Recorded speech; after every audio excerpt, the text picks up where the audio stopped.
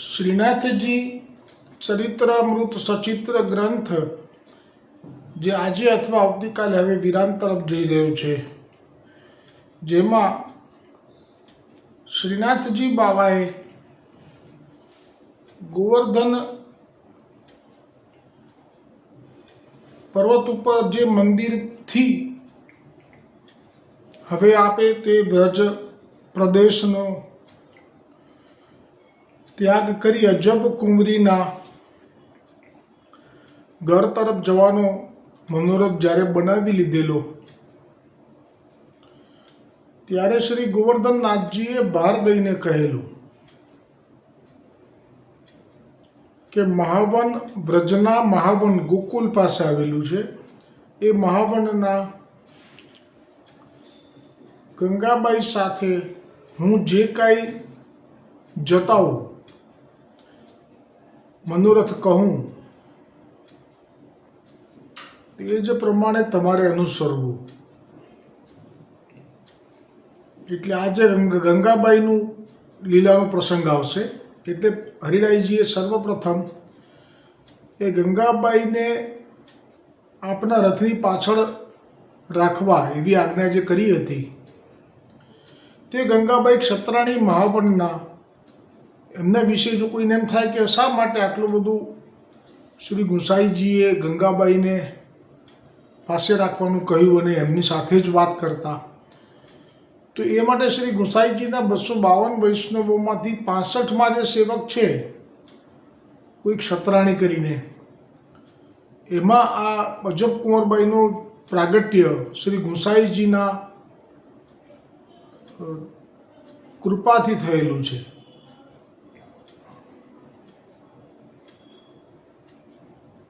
એ પ્રસંગ જેમાં તેમની માતા વિશે જે અંતરગ્રહતા હતી, એટલે કે નંદાલયમાં અંદર યશોદાજીની સાથે એવી એની મિત્રતા હતી કે યશોદાજીએ કૃપા વિચારેલી એના ઉપર, એટલે એને ઘરમાં રહેવાની છૂટ હતી. અને તે વખતે પણ શ્રી ઠાકોરજીમાં તેની કામ બુદ્ધિ એ રાખતી. તેથી અહીંયા પણ તે શ્રી ગુસાઈજીમાં કામ બુદ્ધિ કરી. કોણે? આ ગંગાબાઈની માતાની વાત ચાલે છે. ગંગાબાઈનું પ્રાગટ્ય કેવી રીતે થયું એનું વર્ણન મેં લીધું છે અહીંયા, તો જ સમજાશે. ગંગાબાઈ વિશે ઘણાને પ્રશ્ન થવો જોઈએ કે વલ્લભકુલ સાથે વાત ન કરતા ગંગાબાઈ સાથે વાત કરી તો એ ગંગાબાઈ છે કોણ? અને તે શરણે ગઈ ત્યારે તેણે ગંગાબાઈની માતાએ જ્યારે શરણે ગઈ ત્યારે ગુસાઈજીએ દ્વિજ તનમાં આચાર્ય પદ પર છો, તેથી તેવી માગણી સ્વીકારી નહીં. પછી તે ક્ષત્રાણીએ ત્યાં સુધી કહી દીધું કે હું તો જાણી ગઈ છું કે આપે જ નંદાલયના શ્રી કૃષ્ણ જ અહીંયા પ્રગટ થયા છો, અને હવે હું તમારી પર છોડું છું. તમે પૂર્ણ પુરુષોત્તમ છો, તો તમે કેવી રીતે મને જાકારો આપી શકો? આ સ્વરૂપ જ્ઞાન સાથેની જ્યારે વાત એની માતાએ કરી, પછી શ્રી ગુસાઈજીએ વચન તો આપ્યું, પણ સાથે આપે દ્વિજ તનથી એનો સ્પર્શ પણ નથી કર્યો, પણ છતાંય આપે વચન આપ્યું કે તને અલૌકિક રીતે ગર્ભ રહેશે, તું વિશ્વાસ રાખ અને જા. અને ખરેખર જ તે તેના ઘરમાં જ હતી, તેના શયનકક્ષમાં જ હતી. એક વખત રાત્રિએ ત્યારે તેને એવો અનુભવ થયો કે શ્રી ગુસાઈજી સાથે મારો સમાગમ થઈ રહ્યો છે. એટલે એવું કહી શકાય કે બીજું એક રૂપ પ્રગટ કરીને આપે એનો મનોરથ પૂરો કર્યો, પણ પેલા દેહથી આપે સ્પર્શ નથી કર્યો. આપ એકવાર વચન ઉચ્ચારી લો છો પછી મિથ્યા નથી થઈ શકતું. આપ કરવા માગે તો થઈ શકે, પણ આપ દ્વિજ તનમાં છો, આચાર્ય પદે છો. જેવી રીતે શંકરાચાર્યજીને બાલ બ્રહ્મચારીનું વ્રત હતું, મંડન મિશ્ર નામે કોઈ સાથે શાસ્ત્રાર્થ કરવાનો આવ્યો, તો એ મંડન મિશ્ર ક્યારે પણ હાર્યો નહોતો. તેની પત્ની પણ સામી હતી. તેની પત્ની પણ બહુ જ વિદ્વાન હતી, પતિ પત્ની બંને. પત્નીએ જાણ્યું કે એનો પતિ હવે હારી રહ્યો છે, સમગ્ર વિશ્વમાં એનો યશ આજે જ પતી જશે, એટલી ચતુર હતી. એટલે એણે મંડન મિશ્ર અને જગદગુરુ શંકરાચાર્યજીની વચ્ચે શાસ્ત્રાર્થમાં વચ્ચે જઈ અને કાનમાં એક વાત કરી દીધી. અને એ વાત એવી હતી કે જે લગ્ન થયા પછી જે સમાગમ છે તે સંદર્ભમાં હતી. જગદગુરુ શંકરાચાર્યજી તો બાલ બ્રહ્મચારી છે. તેમનું અખંડ બ્રહ્મચર્ય વ્રતનું પાલન આજે પણ કરી રહ્યા છે. તો તે મંડન મિશ્રએ જ્યારે આવી રીતે એવો પ્રશ્ન પૂછ્યો કે જે જવાબ ન આપી શક્યા, તેથી હવે લાગ્યું મંડન મિશ્રને એની પત્નીને કે આપણે જીતી ગયા અને જગદગુરુ શંકરાચાર્યજી હવે હારી જશે. પરંતુ જગદગુરુ નામ છે આપનું, આપ શિવજીનો અંશ અવતાર છો, માનો સાક્ષાત શિવજી છો. અને હવે આપે આ દેહથી, એ તો સ્ત્રીને સ્પર્શ કરવો નથી એવું તો આપનું વ્રત છે, તો હવે કેવી રીતે આ અનુભવની વાત વિશે હું એમને કહી શકું? પણ આપની પાસે બધી જ સિદ્ધિઓ હતી. અને હવે આપે એ મંડન મિશ્રને કહ્યું કે મને આટલા દિવસ આપો, આપણો શાસ્ત્રાર્થ અધૂરો રહ્યો, અમુક સમય પછી હું તમને, આટલા સમય પછી હું તમને આનો પ્રત્યુત્તર આપીશ. તે વાત ત્યાં અટકી. બધાને સંશય થયો કે આપ તો બ્રહ્મચર્ય વ્રત ધારણ કરીને આટલા માટે વિસ્તારથી લઉં છું કે આમ ગુસાઈજી પ્રભુએ એક વખત કહી દીધું કે હું આચાર્ય પદે છું, દ્વિજ તનમાં છું, એટલે હું આ તારી મનોરથની ઈચ્છાને હું પૂરી નહીં કરી શકું. બાકી એમની વાત સાચી હતી આ ગંગાબાઈની માતાની કે આ પૂર્ણ પુરુષોત્તમ છો, વ્રજના શ્રી કૃષ્ણ નંદાલયના જ યશોદાજીના નંદન છો. અને આપણે તો જેટલી પણ કરોડો સ્ત્રીઓ છે બધીને મનોરથ પૂરો કર્યા છે, અને મારો કેમ નહીં કરો? એટલે એ જ્યારે દલીલ મૂકી ત્યારે પછી જેવી રીતે અત્યારે જગદગુરુ શંકરાચાર્યજીએ સમય માગ્યો અને પછી કહ્યું કે હું આનો જવાબ આપીશ, એવી રીતે શ્રી ગુસાઈજી પ્રભુએ પણ સમય માગ્યો. અને પછી યોગ્ય સમયે ત્યાં એના ઘરમાં જ છે અને એમની સાથે સમાગમ કરી રહ્યા છે એક ક્ષત્રાણી સાથે, એવો અનુભવ કરાવ્યો. અને પછી જ એમને ગર્ભ રહ્યો. અને એ ગર્ભ રહ્યા પછી જે જન્મ થયો એ આ ગંગાબાઈ છે. અને ગંગાબાઈનું ચરિત્ર પણ પછી જ આવે છે, એની પાછળ જ. બહુ સુંદર છે, એ પણ અતિ અલૌકિક છે. પાર ન પામી શકાય કોઈ સાધારણ લૌકિક બુદ્ધિવાળા વૈષ્ણવથી પણ પાર ના પામી શકાય, એટલું અલૌકિક છે. તો અહીંયા જે પ્રસંગ છે જગદગુરુ શંકરાચાર્યજીનો, હવે આપે આ અનુભવ પણ કરવો છે જેનો શાસ્ત્રાર્થમાં જવાબ આપવાનો થશે, અને આ બ્રહ્મચર્ય વ્રતનું પાલન પણ રાખવું છે. એટલે આપે પરકાયા પ્રવેશની જે સિદ્ધિ હતી તે હવે આપે તેનો પ્રયોગ કરવા માટે સંકલ્પ કરી લીધો. આપના શિષ્યોને આપના આશ્રમમાં બોલાવ્યા. મુખ્ય તેલ જડીબુટ્ટીઓથી ભરેલું એક મોટું પાત્ર કે જેમાં શરીર છૂટી ગયા પછી તેને સાચવી શકાય અને ઘણા વખત સુધી, અને પછી તેવું ને તેવું જ રહે, એમાં કોઈ વિકાર ના થાય. જેવી રીતે દશરથ રાજાના શરીરને વિશ્વામિત્રજીએ સાચવી રાખ્યું જ્યાં સુધી ભરતજી ન આવ્યા, મામાને ત્યાંથી, કાશ્મીરથી, કઈ દેશથી. એવી રીતે જ્યાં જગદગુરુ શરીર છોડવા માટે તૈયાર થયા અને બધા શિષ્યોને કહી રાખ્યું કે તમે આ શરીરની રક્ષા કરજો, જો આ શરીરનો કોઈ નાશ કરી નાખશે તો હું પાછો આ શરીરમાં નહીં આવી શકું, પછી મારે કૈલાસ પ્રાપ્તિ થઈ જશે. એટલે બધા શિષ્યોએ વચન આપ્યું. પછી કહ્યું કે આપ કરવા શું માગો છો એ અમને સમજાવો. ત્યારે જગદગુરુ શંકરાચાર્યજીએ આજ્ઞા કરી કે અત્યારે જ ફલાણા જે નગર છે એનો જે રાજા છે એ મૃત્યુ પામ્યો છે. મેં ધ્યાનમાં જોયું, બરાબર સંયોગ છે અત્યારે કે એના એ મૃત શરીરમાં હું પ્રવેશ કરી જઈશ, કારણ કે મારી પાસે પરકાયા પ્રવેશની સિદ્ધિ છે. બધી સિદ્ધિ હતી આપની પાસે, અણીમાં લધીમાં પરકાયા પ્રવેશ ઘણી બધી. એમાં પરકાયા પ્રવેશમાં હું આ દેહમાંથી નીકળીશ, સીધો તે નગરમાં તે મૃત પામેલા રાજાના શરીરમાં પ્રવેશ કરી જઈશ.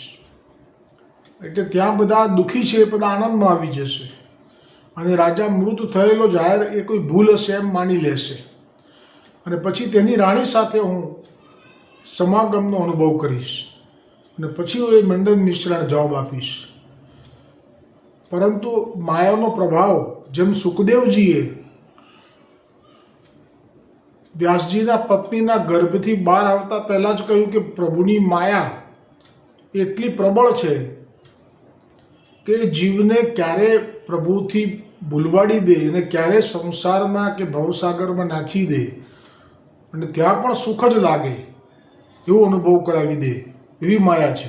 જેમ કે એક દ્રષ્ટાંત છે કે એક જીવની પાસે એવી શક્તિ હતી કે બધાનું મૃત્યુ થયા પછી શું જન્મ થશે જાણી લેતો, પણ ખરેખર એનો જ સમય આવી ગયો.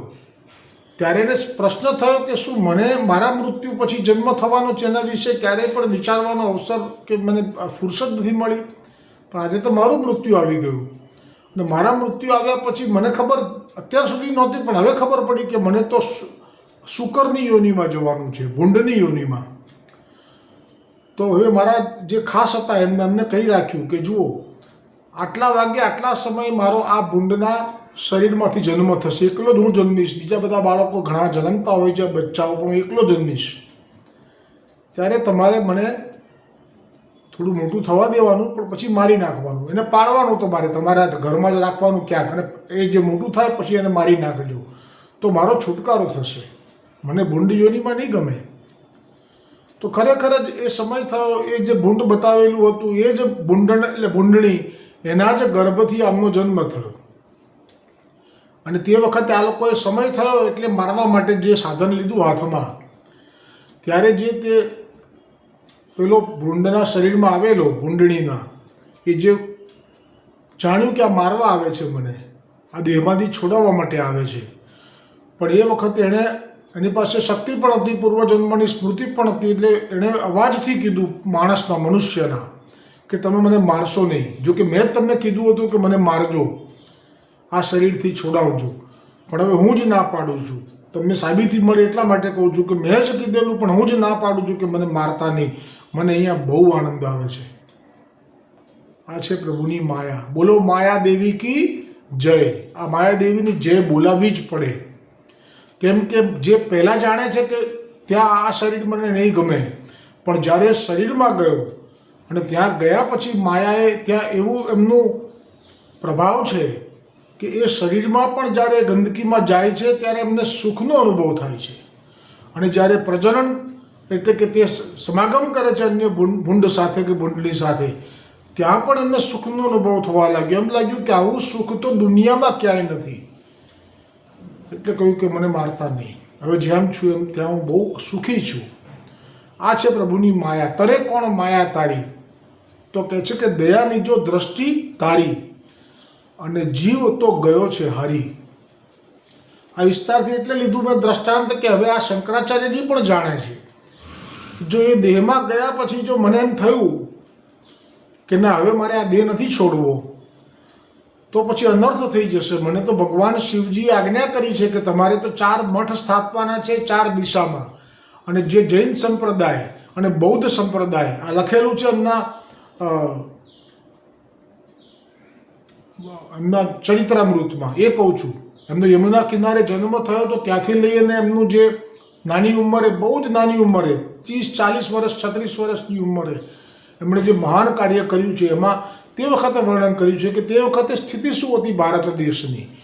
તો કહે છે કે બૌદ્ધ ધર્મના અનુયાયીઓ અને જૈન ધર્મચારીઓ એટલા પ્રભાવશાળી હતા, એ લોકો વ્રત કરવામાં એટલા કઠોર વ્રત કરીને એવી સિદ્ધિઓ મેળવી ચૂક્યા હતા કે માયા દેવી એમને વશ હતી. એ ધારે તો વરસાદ પડાવી દે, ધારે તો પથ્થરનો વરસાદ પડાવી દે, ધારે તો દરિયો પ્રગટ કરી દે, ધારે તો બધા ડૂબી રહ્યા છે એવો અનુભવ કરાવી દે.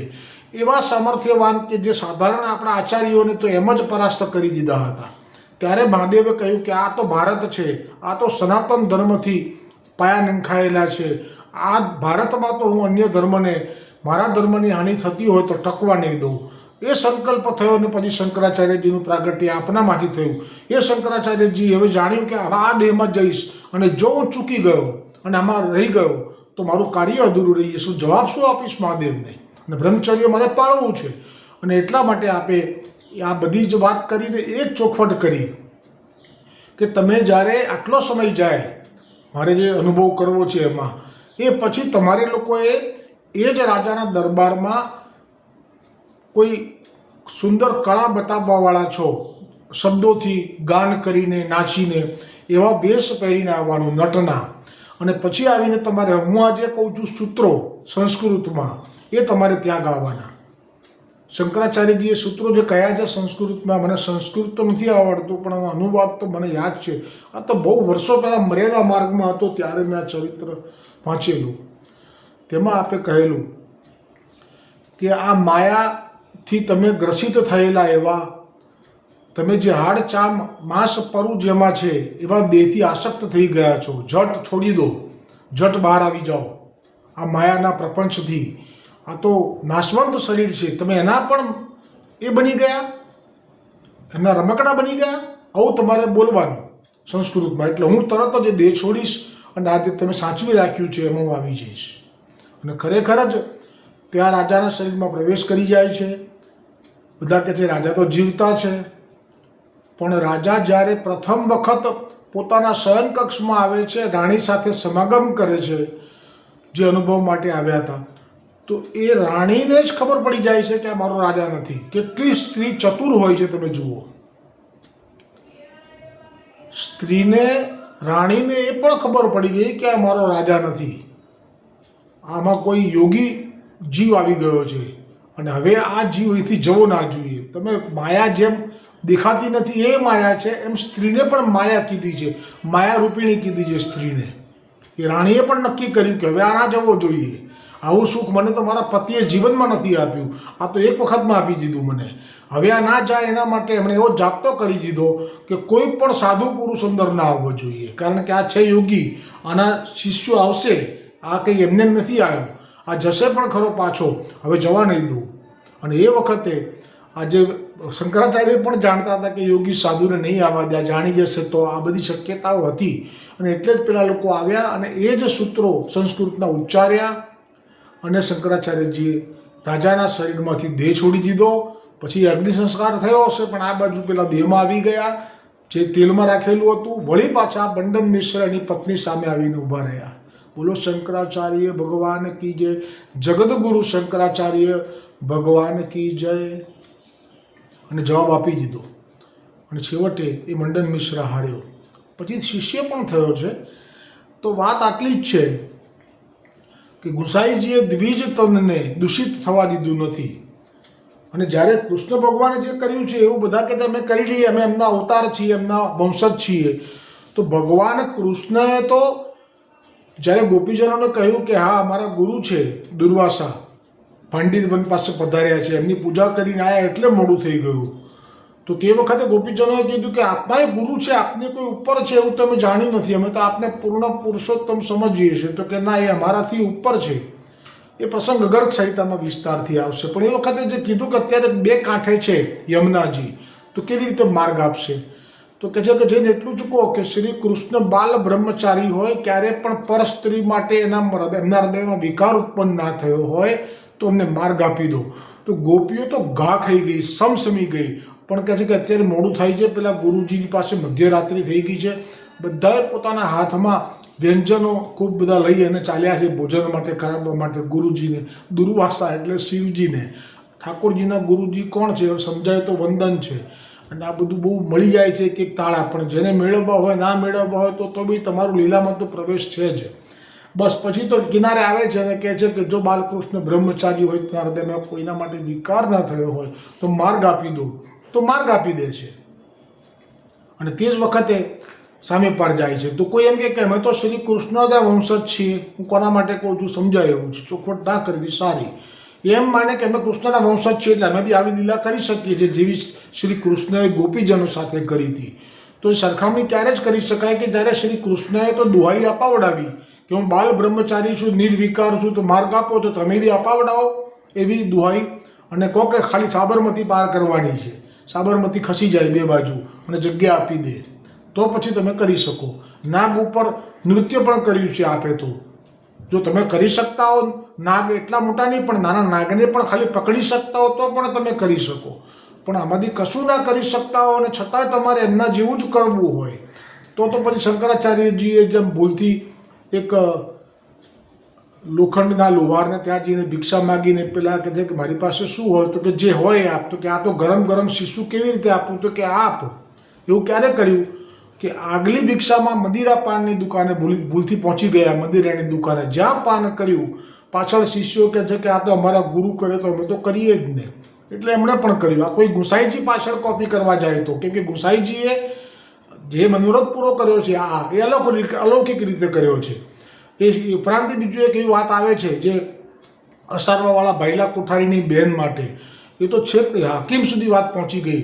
હાકીમે ગુસાઈજીને પકડવા માટે માણસો મોકલ્યા, પણ એ માણસ જે આવ્યો એને સાક્ષાત ઈશ્વરના દર્શન કરાવ્યા, એને એવો સમાધાન કર્યું કે પગમાં પડી ગયો અને કહ્યું કે તો પછી આપ જ ભગવાન છો, મારો ઉદ્ધાર કરો. તો કે બોલ, તો કે મારા ધોળકામાં 3 વર્ષથી વરસાદ નથી પડ્યો, તો કે જા ચાલુ થઈ જશે, વરસાદ પડશે, અને હજી ઘરે પહોંચી ના શક્યો ઘોડા ઉપર, એટલો વરસાદ પડ્યો. તો હા બાળકો, આપ પણ જો આવો કોઈ વરસાદ પડાવી શકતા હો તો જરૂરથી તમે આ જે કંઈ પણ અત્યારે ચાલે છે ઓડિયો વિડીયો કે જેમાં બહુ દીકરીઓને, વૈષ્ણવની દીકરીઓને તમે જે રીતે આ રીતે એ કરો છો તો તમે જરૂર કરી શકો, જો આટલું સામર્થ્ય હોય તો.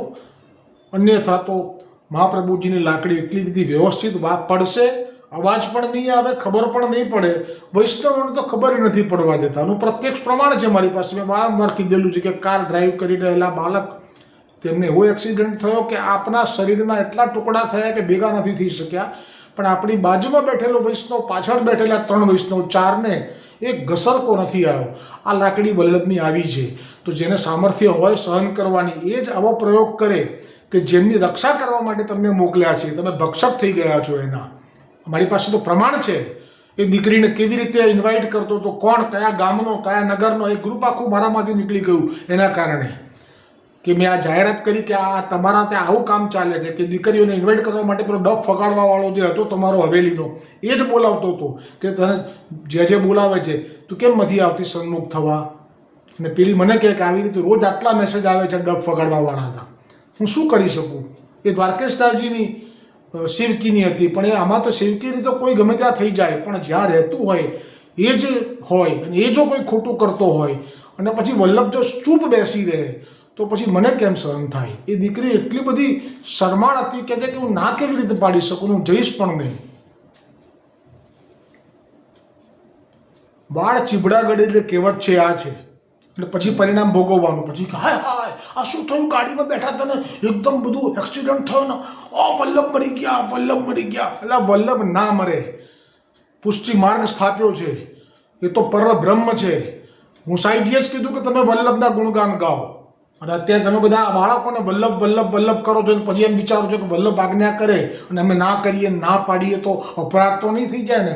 આવા મૂર્ખ વૈષ્ણવો અત્યારે આ જ દુઃખમાં ફસાયેલા છે. આ જ કારણે આ વલ્લભ છે.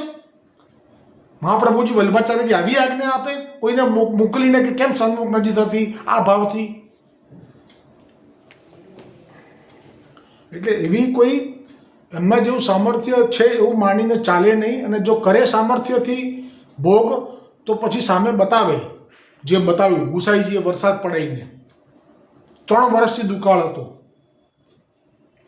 હવે ગંગાબાઈનું જે આ ચરિત્ર છે એ વિશે આપણે જે એમના વિશે જાણ્યું કે કોઈ એમની એટલા માટે વિસ્તાર કર્યો મેં કે આ તો કે એમણે કર્યું તો હું કરું, એટલે ભાઈ ના થાય તમારાથી આ.